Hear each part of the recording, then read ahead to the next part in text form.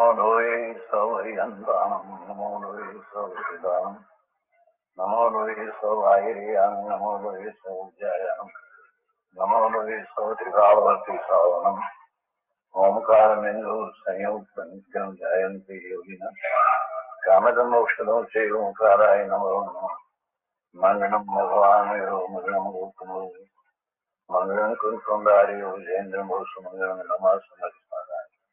Swanubhutya Jatha Sthiti Swadhay Bhavaya Sarvama Vibhava Nirudhanidhata.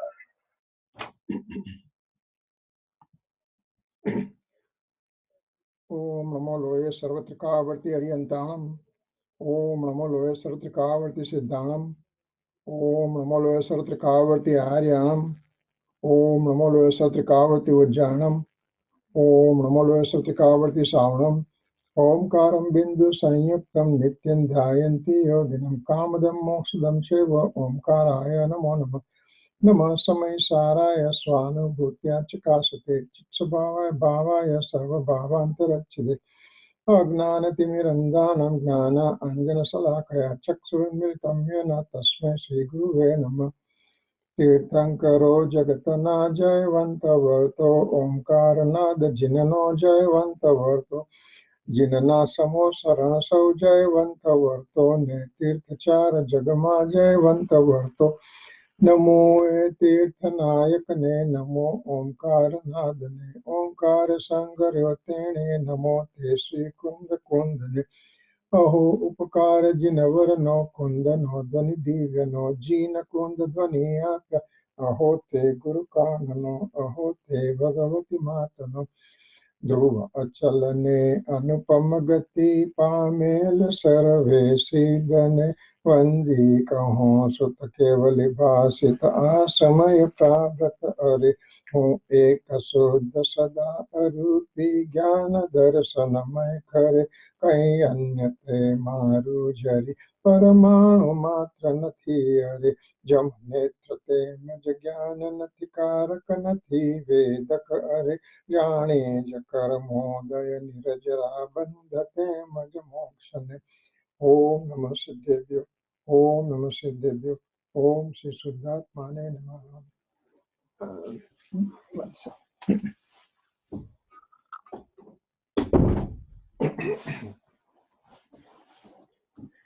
Jai, I'm sorry, I was when I started, it just went on a different meeting ID, so that was a problem. It was my problem, my fault. I'm sorry for that.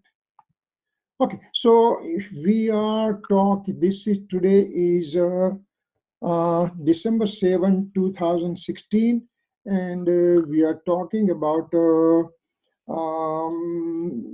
Samaysar. We are doing the prelude for the stanza 11, and so we are trying to understand the Vyavarnai and Nishchanai. So we have gone through lots of detail, and now we have started with each Vyavarnai, and thereafter we'll be starting with each Nishchanai. 4 Vyavarnai and 4 Nishchanai. So we have to have total 8 divisions to go through. We have gone through 2 divisions, so we'll be starting with the 3rd one. So I will start sharing the screen, and Microsoft Excel, share screen. Okay, so we are starting with the 3rd one, Upcharit Sadbhut Vyavarnai. That's what we'll be starting now, and I'm going to make it a view bigger.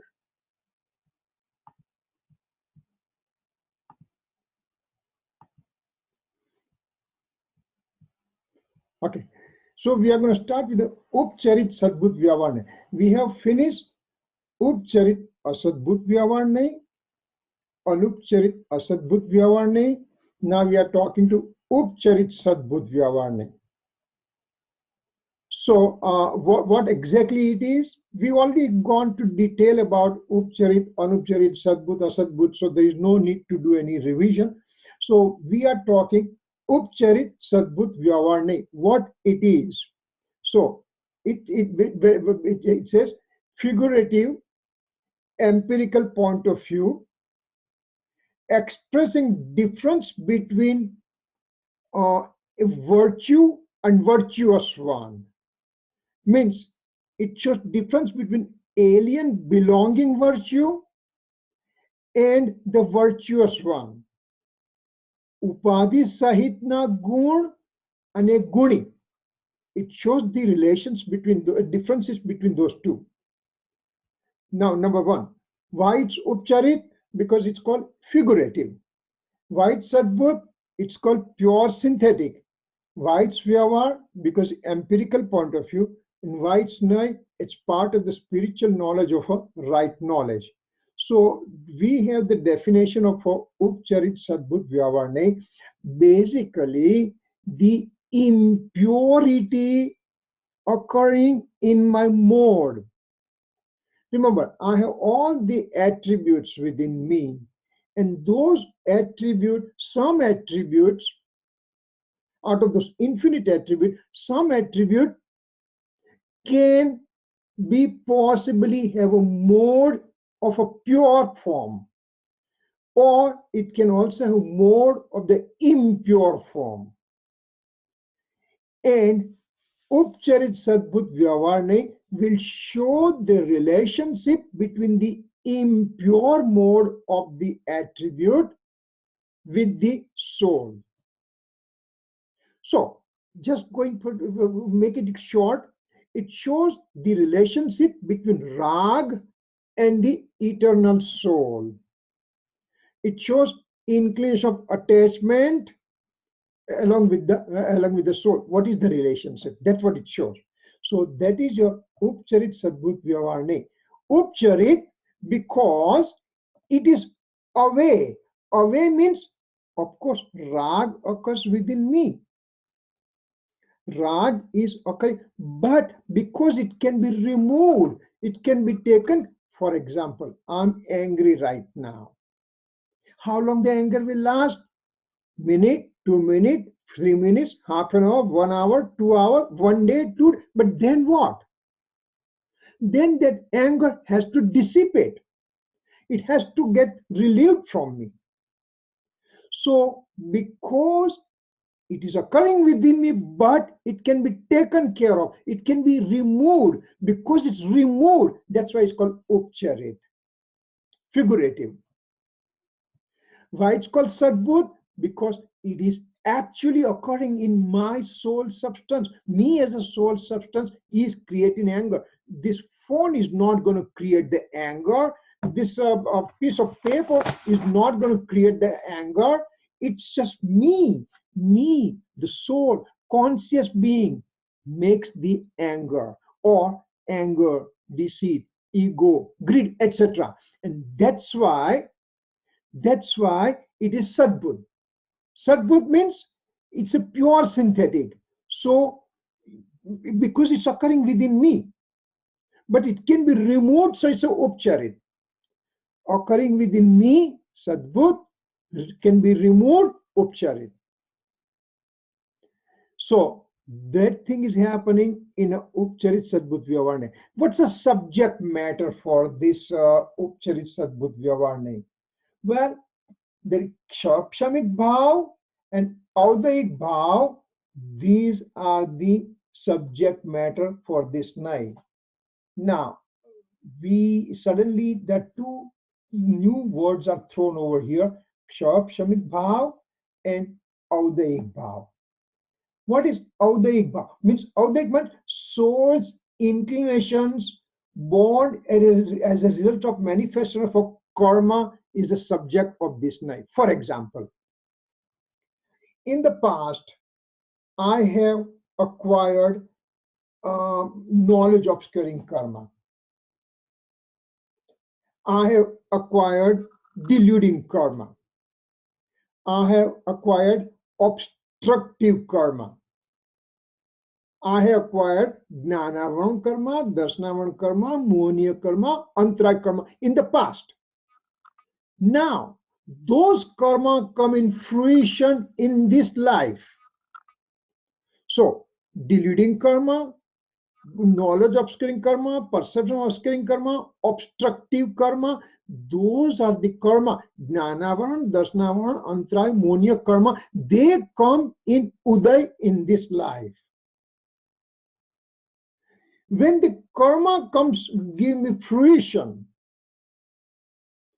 at that time, I join in that fruition with my own wish and will. I'm the conscious living being. I have my own way of working, and in this form, when there is a fruition of the previously bonded karma, I join with them. I join. This karma didn't say that you come and join with me, but I, with my own intention, join with the fruition of those karma. And that is called Audayic Bhav. That is called Audayic Bhav. Bhav means inclination. Audayic means my soul's inclination occurring as a result of joining with the fruition of the old karma. Fruition of the old karma is coming, and I join voluntarily. I join voluntarily. That's why it's called Audayic Bhav. So this karma, this Naya, this partial point of view depends on the fruition of the old karma. Number one. It also says Kshayopshamik. Kshayopshamik is what? Disposition come destruction, comes subsidence of karma. Now, this is a very, this word itself, Kshayopshamik word itself can talk, we can talk almost for 1 hour, which we are not going to do it right now. But in general, there are certain karma, when they come in fruition, they are called Kshayopshamik Bhav. For example, knowledge obscuring karma, Gnana Varniya karma. Darshana Varniya karma, perception obscuring karma, or Antray karma, obstructing karma. These three karma, these three parts of karma, they come in a varieties of intensity. And that varieties of intensity of fruition is called Kshayopsham. Once again, knowledge obscuring karma coming in fruition, it can come in a full blast or it can come in partial intensity. So when the intensity is reduced for this fruition, that's called Kshayopsham. So karma coming in fruition with certain varieties of intensity, that's called Kshayopshamik Bhav, and I join with them voluntarily. I join with the fruition of karma voluntarily, and that is called Kshayopshamik Bhav. Actually, somewhere on the line, we'll be taking those 5 inclinations, 5 bhav. Kshayik Bhav, Kshayopshamik Bhav, Upsham Bhav, Audayic Bhav, Paramparnamik Bhav. And somewhere on the line it will come. But right now we are talking of Kshayopshamik Bhav and Audayic Bhav. They both mean fruition of karma with varieties of intensity, and I join in that fruition. I don't have to, but reflexly I join with them. It's my weakness. It's a soul's problem. Soul creates this problem by joining with the fruition of the old karma. So this joining inclination of the soul with the fruition of karma is called Kshayopshamik and Audayic Bhav. So this is the subject matter for this night. Now let's talk a little bit more detail. There is a fruition of karma coming, and I join and I showed my anger, deceit, ego, greed, inclination of attachment, inclination of aversion, ignorance, all those things I do it myself. The soul is doing it by itself. Soul doesn't have to do it, but soul ends up doing it. Because since time infinite, that's all I have done is to join into the fruition of karma, joining with the fruition of karma. It is so reflex that it becomes kind of quote unquote natural thing for the soul. There's a fruition of karma, you just join it. Fruition of karma, you just join it. You don't have to. You don't have to. Siddha Bhagwan doesn't join with the Siddha Bhagwan. He has a pure inclination only. Aryan Bhagwan has a pure inclination. When the soul with the fourth Gunsthanak, fifth Gunsthanak, sixth and seventh Gunsthanak, they have varieties of intensity to join. Their intensity is so weak that as if they don't join at all. So, what is subject of this night? It's a Kshamik Bhav and Audayic Bhav. Now, next thing, soul's associative inclination. Sanyogi Bhav is the subject of this matter. Remember, what's the subject? Soul has associative inclination. This is the fruition of karma here. And soul associates with that. Soul has an inclination, it's called associative inclination. Soul does not have to do it, but it ends up doing it. So associative inclination is sanyogi bhav. And that is the subject of this night. Other thing it says, soul's auspicious and inauspicious inclination is the subject of this night. Means when I have a punya bhav or pap bhav, I have auspicious inclination, I have inauspicious inclination. That is the subject of this night. Which night? Upcharit, Sadbhut, Vyavarnik. Figurative, empirical point of view. That's a night. So we understand the subject. Now what happens? What is it? There is association of karma relationship with this night. Karma fruition is there. Karma fruition is occurring independent of anything. Karma by themselves come in fruition. Nobody asks them to do it. It is their own way of doing it. So karma comes in fruition. And the present night that we are talking has a relationship, association with this karma fruition. Now what happens? As a result, it produces misery to the soul because it does not give permanent happiness to the soul. There is a karma fruition occurs. I join, I end up with the anger, I end up with the deceit, I end up with the ego, I end up with the greed. All those things I end up doing it when I'm looking at the karma fruition. Karma fruition did not ask me to look at them. I volunteer myself to join in that with that inclination.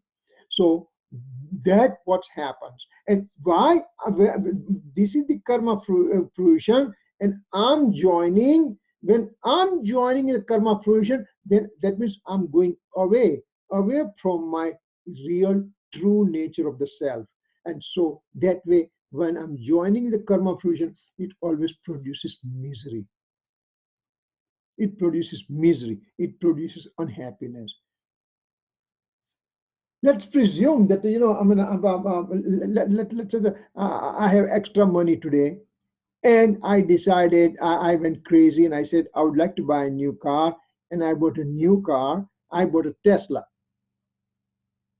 Now, am I happy or not? I was looking for it. I got it. Am I not happy? Well, the scripture says no. If happiness comes from that car, if happiness comes from the house, if happiness comes from money, if happiness comes from family, that means your happiness is dependent on outside objects. And happiness cannot be dependent on an outside object because happiness is within. Soul has a characteristics, soul has an attribute of happiness, and so happiness comes within, not from outside things. But if I eat a good food, I'm happy. If I had a nice car came to me, I'm very happy. If I'm healthy, I'm very happy. If my family is great, no, it's a perceived happiness. And that perceived happiness is followed by misery, ultimately. I love my loved ones. Suppose there is a demise of that loved one occurs. What happens to me? I'm unhappy. I love my car, went in an accident and got damaged. What happens? I'm unhappy. So those are the things. The outside material thing can never, never, ever, ever make you happy. It's happiness because happiness is within. I have to look happiness from within inside. So that's what happens. Now, what happens here in this Naya? It explains obligation of a living being at a given stage of his spiritual development. Bhumika anusar kartavya. Another, in this one, several big words are coming, and we are going to get accustomed to those words. What happens if I'm on the first spiritual developmental stage? I'm on a mithyatva gunsthanak. Somewhere on the line we'll take gunsthanak also, but right now I am on the first spiritual development stage, which is called mithyatva, which is called wrong belief.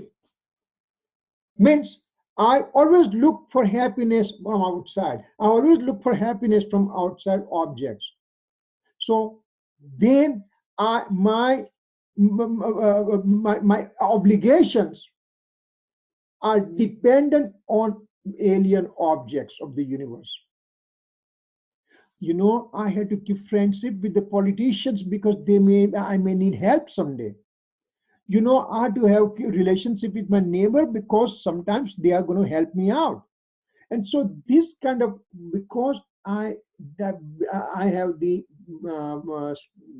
wrong belief, spiritual development stage, so I depend on outside material objects and alien objects, and so my obligations also will be there. Now suppose I have the fourth spiritual developmental stage, means I obtain samyak darshan, means now I know me, I am the happiness, I'm full of happiness within, and material objects are associative things. They will never bring happiness from me. So my obligation to the outside material object will become less.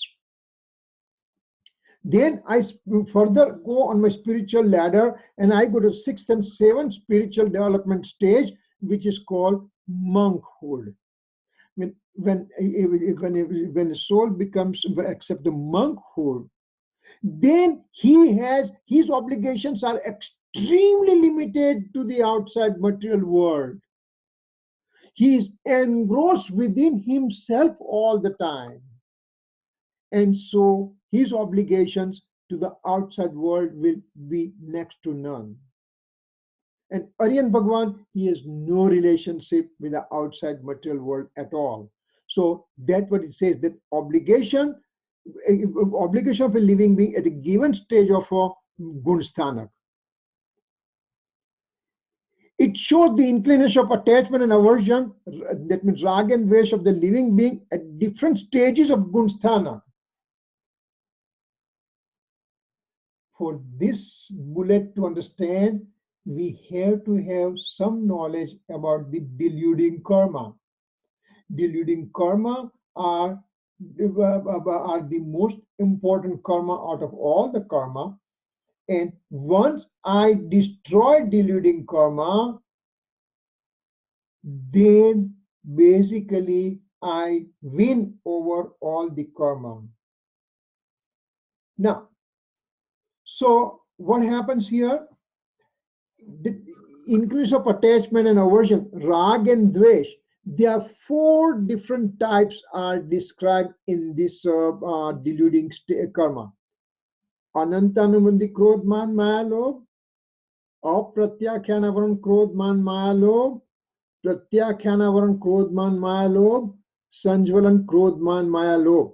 They are foreign words for us right now, but in general, when I'm on a first spiritual development stage, all this anger, deceit, ego, greed of 4 types: anantanumandi, apratyakhani, pratyakhani, sanjval, times anger, deceit, ego, greed. All 16 things are present within me. Means I have an intense anger, deceit, ego, greed on the first spiritual development stage. Once I finish that stage, then I have only 3 remaining: apratyakhana, pratyakhana, and sanjvalan kashai. Apratyakhana varan, pratyakhana varan, sanjvalan, krodh, man, maya, lobh, anger, deceit, ego, greed. So when I have those 3 remaining, the 4th one is out.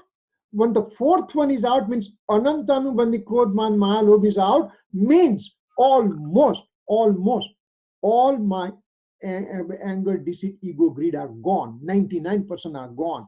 Only teeny tiny amount of remaining in the three different forms. So what it says over here, it shows inclination of aversion and attachment at the different stages of gunasthana. On the first gunasthana, intense anger, deceit, ego, greed are present. On the 4th spiritual development stage, teeny tiny amount of anger, deceit, ego, greed are remaining. And the 5th spiritual stage, even further refinement occurs within me. And 6th and 7th stage, only teeny tiny amount, so minuscule that is as good as there are none present. So I have anger, deceit, ego, greed, or inclination of attachment and aversion occurring in a different intensity in different stages of spiritual developmental stage. Inflow and bondage element understanding occurs in this night. Now I understand fully how the karma comes to me, how karma gets bonded within me. I have a pretty good idea about those things. Right now, remember, right now we all have pretty good idea, but it's a indirect idea we have. When you have, one has a experiencing of the soul, then he directly knows how the bondage occurs, how the inflow of karma occurs, and everything. So he has pretty good idea with these things. Now, what happens if I don't accept this night? If I don't accept influence of attachment, etc., in my present mode, I can say I don't have rag and dvesh within me at all. I don't accept it, nothing. Then there is no need to be righteous. Then there is no need to be a religious person. If I don't have rag dvesh, then why should I become religious? Religious means to remove rag dvesh. But if I don't believe that rag dvesh is there within me, there is no need to be religious person. Then the discourses given by the omniscient Lord and our revered monks for the path of salvation will be useless.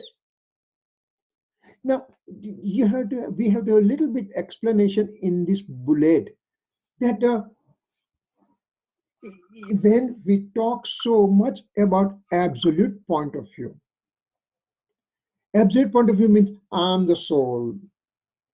I'm pure, everlasting soul. I was pure before, I'm pure now, I'll be pure in future. The karma occurring to me karma are separate things. Karma are matter. I can't do anything to the matter. Matter can't do anything to me. So that kind of absolute point of view teaches us. But at the same time, we should be aware that from conventional point of view, karma do come to me, gets attached to me, gives fruition to me, and I join with those karma fruition. Those things are also occurring within me. If I take only absolute point of view consideration, and I just do not depend, do not accept conventional point of view, then this fourth bullet occurs. It means I am getting confused. I have a wrong notion because I only believe in absolute point of view, but I don't accept convention point of view. To be a to be an equanimity, a person has to accept both the conventional point of view and absolute point of view. He has to know that I am the eternal, pure soul substance from absolute point of view, but at the same time, in my present mode, I have a rag and dvesh too, and I have to remove them too. So both the understanding has to be there. If I take only one understanding of absolute point of view alone, that's wrong. If I take only convention point of view belief, that is also wrong. I have to understand both in absolute, both in a proper perspective, and that's what we are doing right now. That's exercise we are going through right now to make sure that we understand all this thing appropriately. So that becomes that what happened. How to accept it? How do I accept this Naya? What happens? Alteration from natural state occurs within me, and I am responsible for it. Remember, natural state is a pure, eternal, true nature of the self, immutable, constant, never changing. That is my true self. But at the same time, there are alterations occurring from the natural state, occurring in my mode because of me. Not because of you, not because of her, not because of him. It's occurring because of me. With my own liking, I'm doing those alterations. And this night teaches that I am responsible for this alteration. Alien objects are not important. The karma fruition occurs here. But karma fruition has no brain, they have no speech, they have no way to attract me. I get attracted myself. I get attracted myself, and that's why I end up with this problem. So I have to take responsibility for me, that I am responsible for my misdeed. There is presence of course, there is presence of nimit, means the instrumental cause is present. The karma fruition is acting as an instrumental cause. But with my weakness, I get joined with them. It's my problem. So I have to accept the fact. I had to take responsibility. I have to say, buck stops at me. I am the problem. I'm responsible. And if I'm the problem, I'm the solution too. So I am responsible for my own weakness. Now, to accept that my fault are due to me only.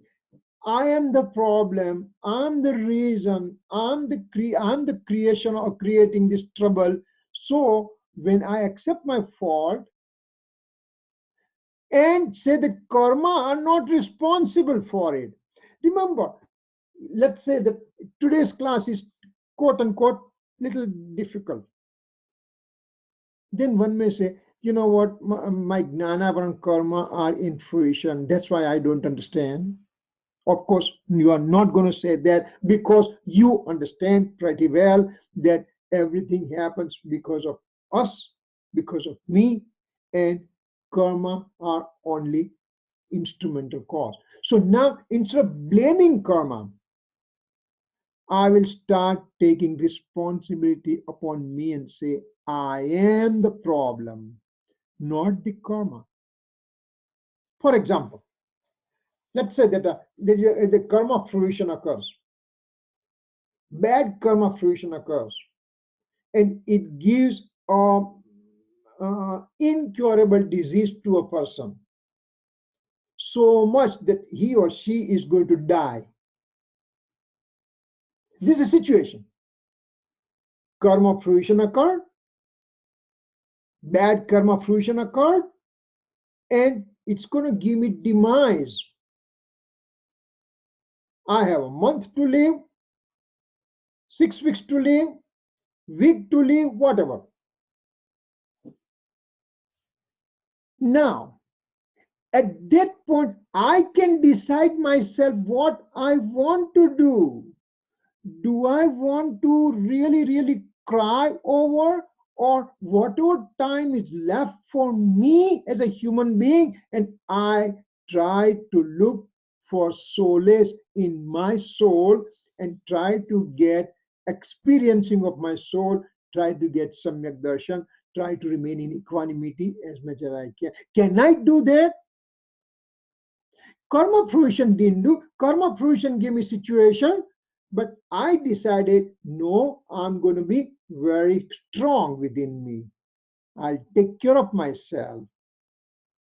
Or other side of the coin, well, I may start crying about it, why it's happening to me, oh my God, my end is coming, and I become so depressed and so frustrated. Instead of dying in 4 weeks or 6 weeks or 2 months, I may die now practically. So it is in my hand. Trigger is in my hand to accept the fruition or not to accept it. And I have to become stronger within me. And actually, when the good times are like that, like these are occurring in front of us, when the health is good, our 5 senses are working, mind is working, there is no Alzheimer, no other problem going on. I don't have to worry about earning money and everything. It keeps on coming and all the things. So, and in the good time, I have to make decision. Who am I? What is my real nature? What should I do? And at that time, when the bad time comes, then this knowledge will stand in front of us. Knowledge will help us out to remain detached from the fruition of the karma. So I am the problem. My faults are due to me only. Karma are not responsible for it.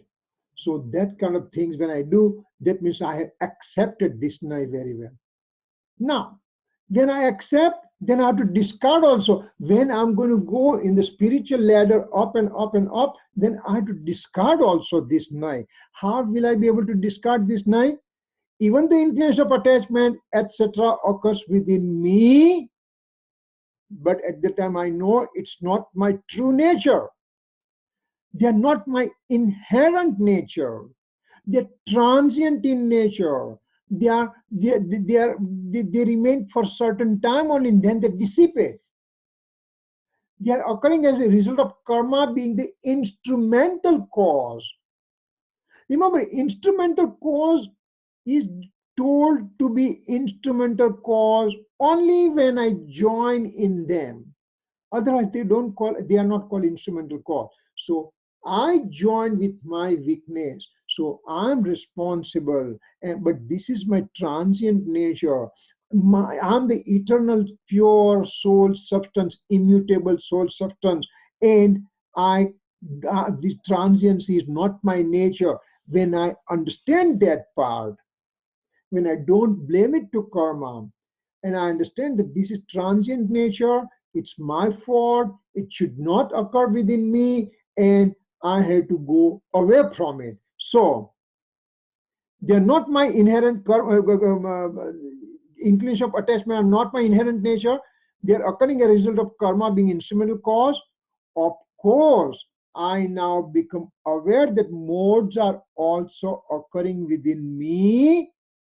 Sure, I know it. Modes are occurring within me, but they're transient in nature because they last only one samay, and I'm the eternal pure nature of the soul. When I accept that fact, that means I have thrown away this upcharit sadbut vyavar nahi. That's where I came. Now, what do I get benefit out of it? One becomes indifferent towards the objects of senses because now I have no interest with them. One stops blaming others for his own misdeed. Because you did not help me, that's why something went wrong. No, I start taking blame on myself. I stop blaming others. One ends up taking responsibility for his own misdeeds. Whatever wrong thing I'm doing is because of me only, not because of you. Now I know the real reason for me to be unhappy.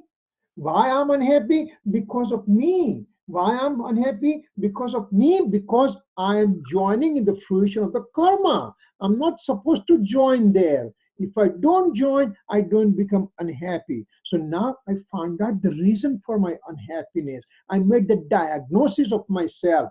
Now I know that I have the diagnosis. Now the cure is within me. Why? Why am I unhappy? Because I join in the fruition of karma. How can I be happy? If I I detach from the fruition of karma, then I'm going to be happy. So now I found out reason of happiness. I found out what was unhappiness giving me, and I can progress further. So I know real reason for me to be unhappy, and that is because of me only, with my rag and dvesh. Associated things are not reason for my misery. Remember, you have one can have a house and car and money. That is occurring because of fruition of the old karma. Okay, I don't have to be egoistic with those things. It's there. That's it. I don't have to have attachment with them. The motive behind knowledge for intention of attachment and aversion occurring within me is to find out how to remove them. Now I make diagnosis that I am unhappy because of me only, so I can become happy because of me only. No alien objects or any other person is responsible for my misery.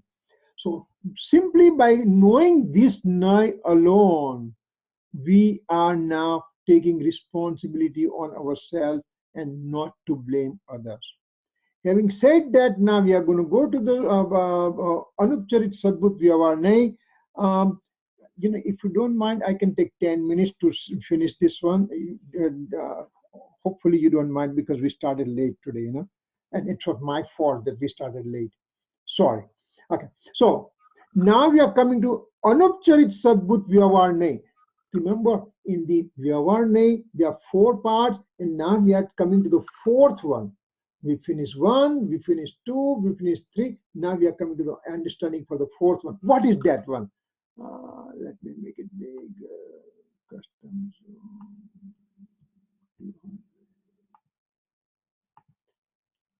Okay. Anupcharit Sadbut Vyavarnai. Anupcharit means literal, empirical standpoint of view expressing difference between virtue and virtuous one. And we'll define those things. Difference between the pure mode and the substance, or pure attribute and substance. So this one shows the difference between the attribute and modes versus the substance. Substance is over here. Their attributes are separate and modes are separate. So this partial point of view shows those differentiations. Anupcharit means literal. Sadbut means pure synthetic. Vyavar means empirical. And Nai means partial point of view, partial scriptural knowledge. What happens here? What's the subject? Now, remember, in the previous one, we said Audaik Bhav and Kshamik Bhav was a subject. Audaik means karma fruition, and Kshamik means partial intensity of fruition of karma. That was a subject. Over here is a Kshaik Bhav is a subject. Wow, something new came up now. What is Kshaik Bhav? Kshaik Bhav, that means here is a karma fruition. This is a karma fruition occurs over here. and usually I join with them. But now I make myself so strong that I'm not joining in the fruition of this karma. So this karma, they just disappear. They just dissipate. When they dissipate, that is called karma kshay. Kshay means to dissipate. Karma dissipating is called kshay. Now, when karma dissipates, there is no fruition of karma here. What happens to me now? Remember, until now, there was karma fruition and I was joining. Karma fruition and I was joining. Karma fruition, I was joining. This is happening since time infinite. Now this karma got dissipated by themselves.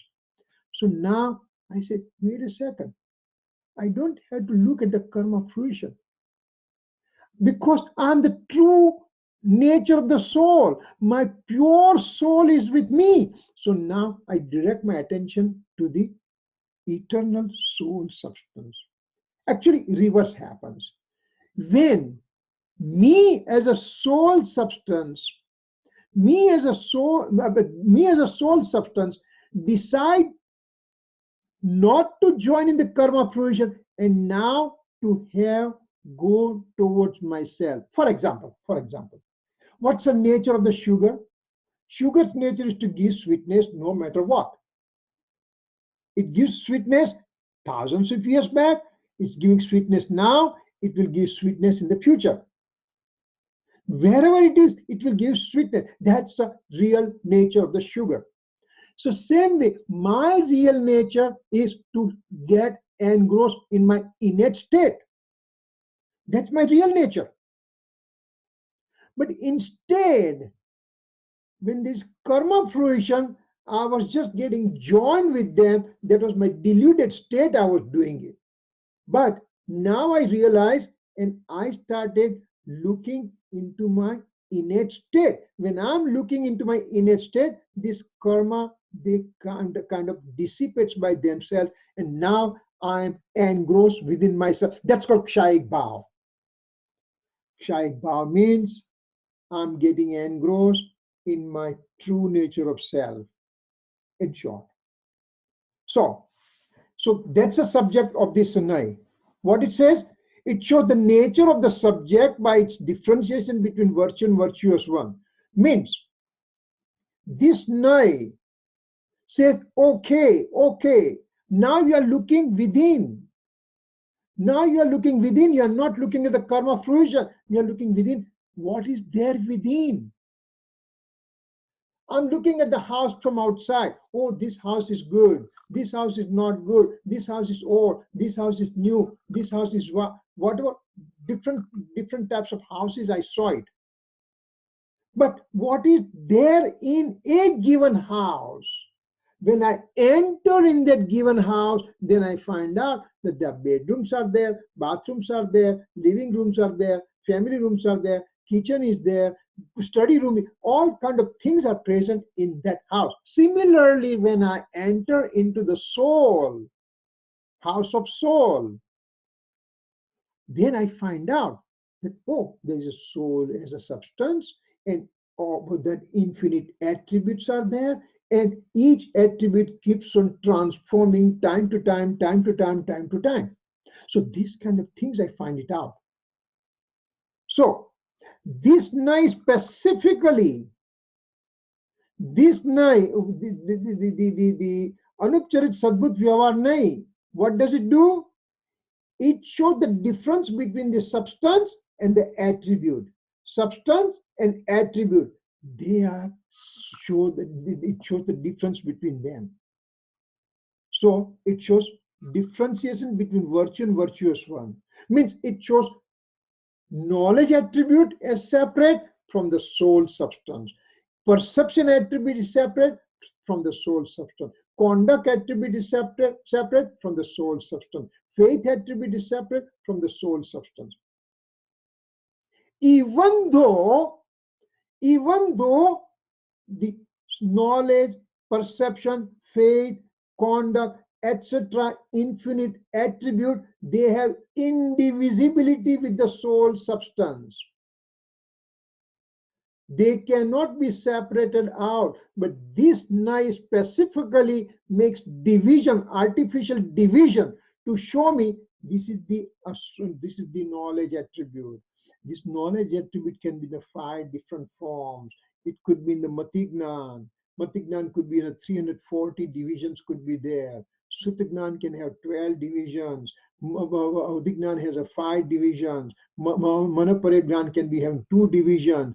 Kevagnan has one. So this kind of division, it artificially creates divisions and show us for our understanding. Because our understanding is limited, because I can't understand the indivisible soul substance. So Acharya Bhagavan says, okay, I'm going to divide them for your understanding purpose. So this Naya specifically divides those indivisible soul and knowledge. It just gives division and explains to me. Soul and faith, it's indivisible, it shows division, it shows to me. So this is the function of that Naya. It shows lakshan, lakshya bhed. Lakshan means the characteristics or attribute. Lakshya means a soul substance. So it shows the difference between those three. For example, knowledge is the attribute of the soul. Perception is an attribute of the soul. Faith is an attribute of the soul. All those change, all this division in the indivisible thing, when it creates, that is because of this Naya. Why? Because I cannot, my knowledge is so dull that I cannot understand the indivisibility of the things. For example, let's say that I went to a party today, and then I enjoyed the food so much. So when I met you people on the conference, and I said food was great, food was great, food was great. But then you say, what do you mean by great? Can you please tell us what is great means? I don't understand great means what. So now I start dividing that greatness of the food that I enjoyed. I start dividing. Well, there was a bread was there. It was a very sweet bread. There was a nice curry was there. There was a rice was there, and there was whatever different parts of the different parts of the food. I kept on describing, which in fact, when I enjoyed, I felt great about it. That was indivisibility. But to explain to you, I had to divide them to tell you each thing separately. So this is because of that. This Naya does the job. What is it? Eternal true nature of the soul is full of grandeur. Trikali Dhruv Atmani andar Vaibhav che. And that grandeur belongs to me. That greatness belongs to me. It has no, and that grandeur has no relationship with the karma in this state at all. Karma are already gone. I'm the true state over here. So there is no karma sapeksha, means there is no relationship with the karma at all.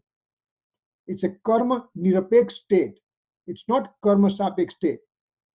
This Naya shows the characteristic of nature of the soul with its indivisible, pure, infinite attribute. This Naya gives me, this Naya pulls me within and says, come on, here is a soul substance. There is a happiness seat over here. And how this happiness is there, I'll explain to you with division with of the indivisible things. I will make the division explain to you. So that's what he's trying to do. What happens here?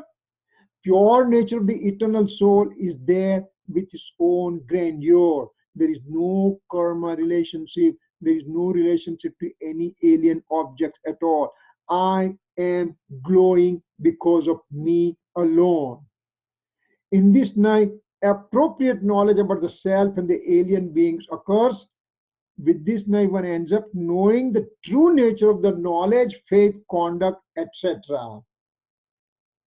For leaning against the eternal individual soul substance, one has to take refuge in different attributes like knowledge, faith, conduct, bliss, vitality. This is the path to salvation.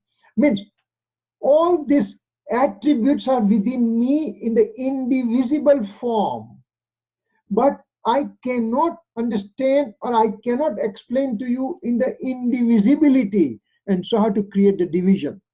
In Apurva, in 28th stanza, Krupali Dev wrote down, Je pad Sri Sarvagne Dityu Gnanama Kahi Sakya Nai Te Pan Sri Bhagavan Jo. Whatever even Bhagavan experience his inner self, but there are no words to express that inner self in the indivisible pattern. So they have to make division to explain to me. I went on vacation. It was lots of fun, lots of fun, lots of. But what was the fun? Lots of fun. But what was it? Describe, describe. So now that whole fun enjoyment I had it. Now I had to divide into pieces. Food was great. The hotel was great. The atmosphere was great. Weather was great. River was good. Mountains. So all those things I had to divide for that indivisible experience I had it.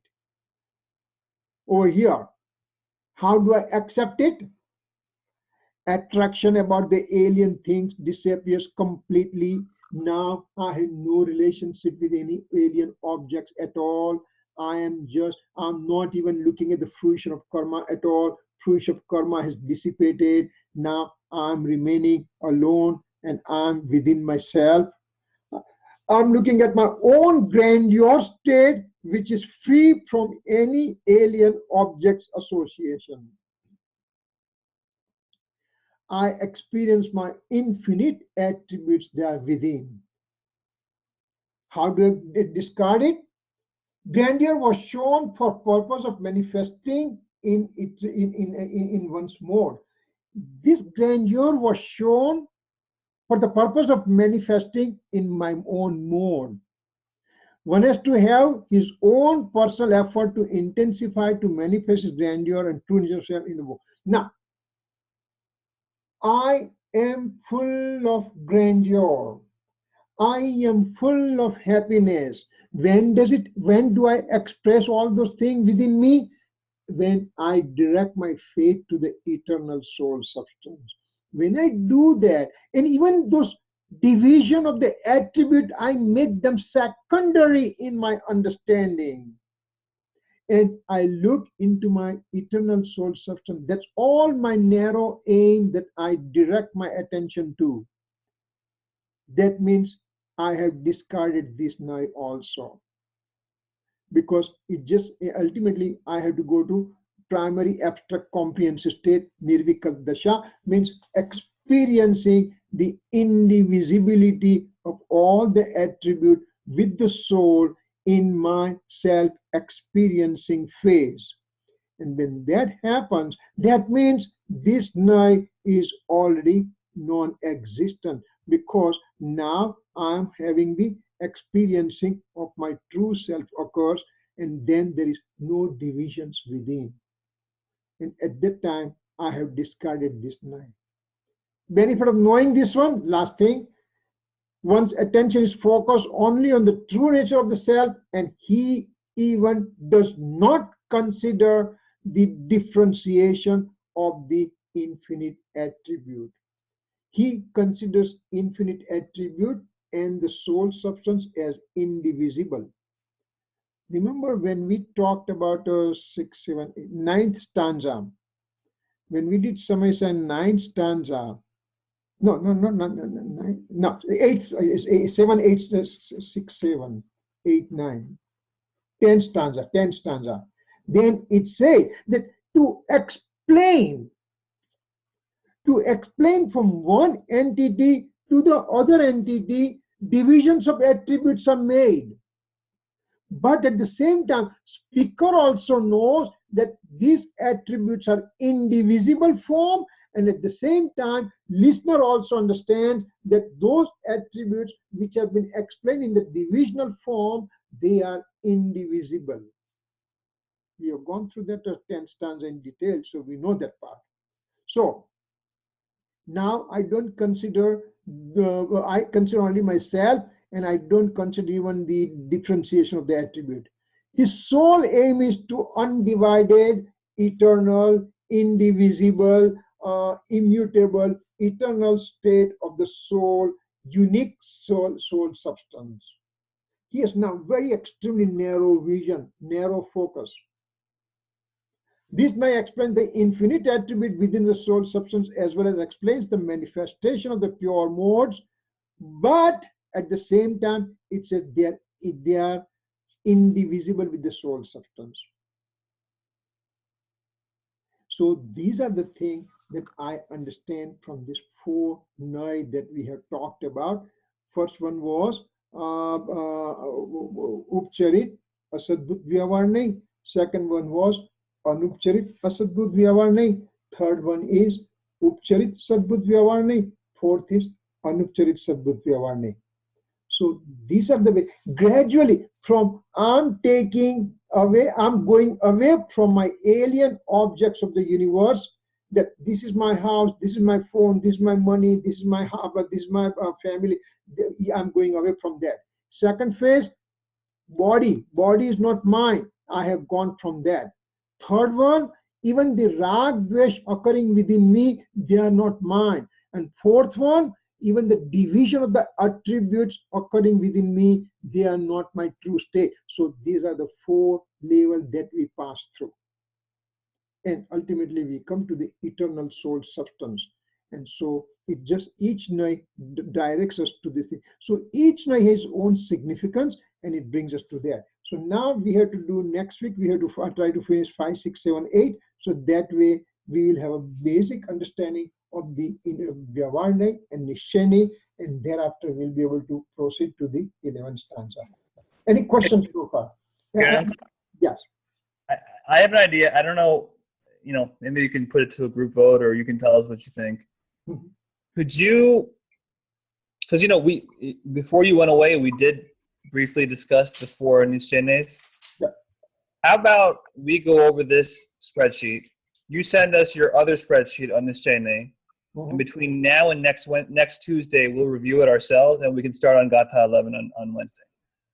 Yeah, I think, but because see, remember, I know you are getting eager. I know that. But remember, in Gatha 11, even after knowing this one, it takes you much more detail inside the soul. And so, if we don't have proper understanding of all these 8 Nayas, 4 Vyavar and 4 Nishchay, it sometimes we may end up getting confused in the 11th stanza, because 11, what we are talking, I can assure you, no word will come there. It is so microscopic thing that Acharya Bhagwan takes us deep inside, that if we don't have solid foundation of this understanding, we'll totally get lost. So I know you are getting a little, you want to go ahead, but at the same time, I would like to make sure that we understand this part. So we can try to finish 5, 6, 7, 8 next time. This is the Asuddha Nishchane, Ekde Suddha Nishchane, and Param Suddha Nishchane.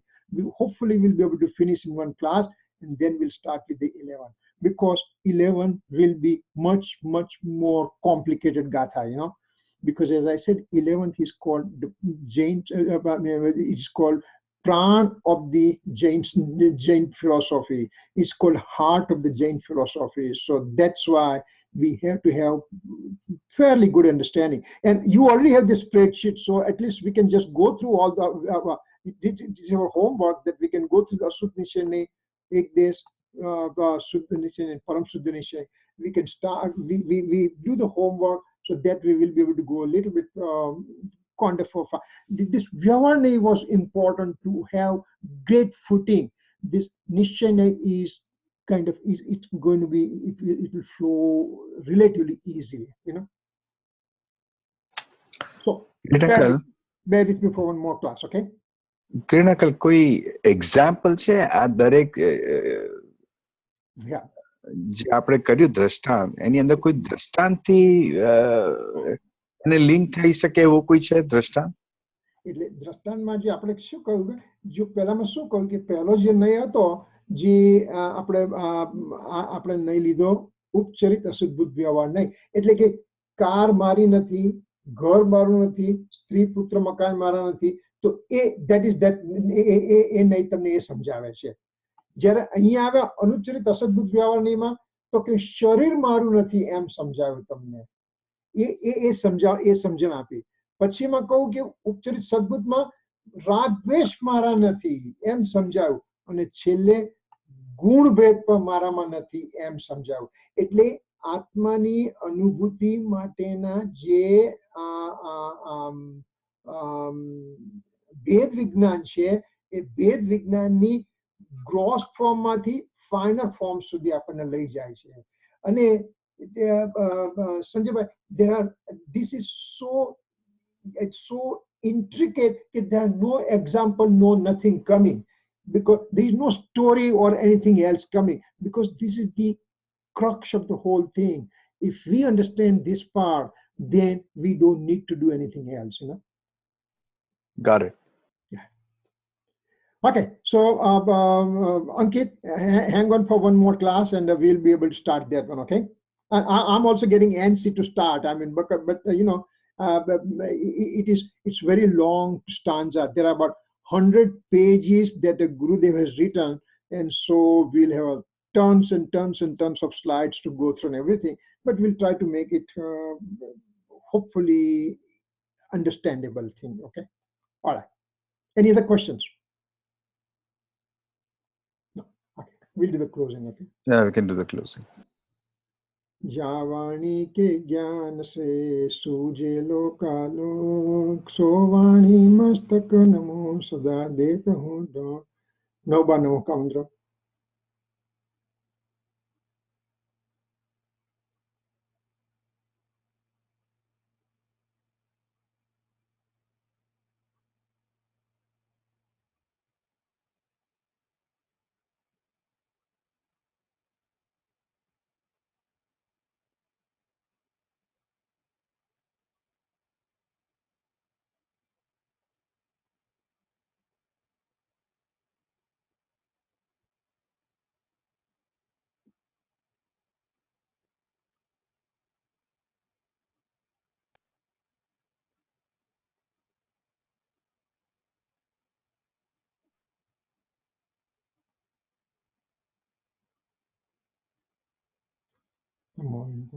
Mitchang-Vikram.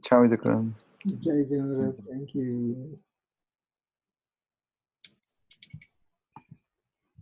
Nichame Dokam.